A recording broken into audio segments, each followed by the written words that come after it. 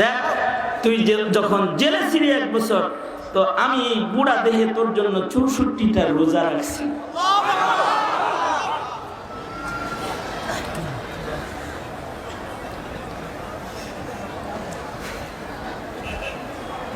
এই শব্দটা শোনার পরে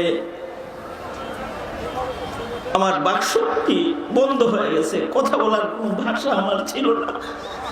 জানলা তুমি একটা বৃদ্ধর দিলে এতক্ষণ মায়া দান করেছো যে তার এই বার্ধক্য বদলে চলতে পারে না, কিন্তু একজন আলিমের জন্য সে সারা বছর 1 বছর ভরে নফল রোজা করেছে 64টা।